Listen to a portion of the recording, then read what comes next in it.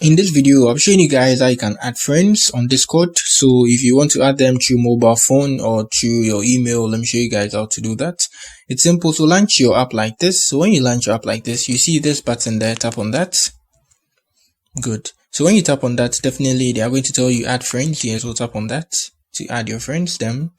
Good. So here you can find friends by using this thing here. So tap on find friends here.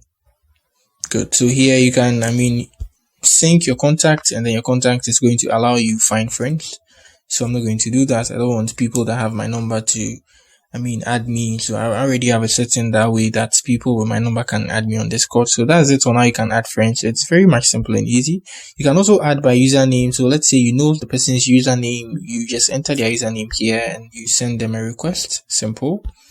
They see it and they accept it, you become their friend on Discord. So that's it on how you can add friends on Discord. If you are new here, give me a like and subscribe to my channel. That's it. Peace.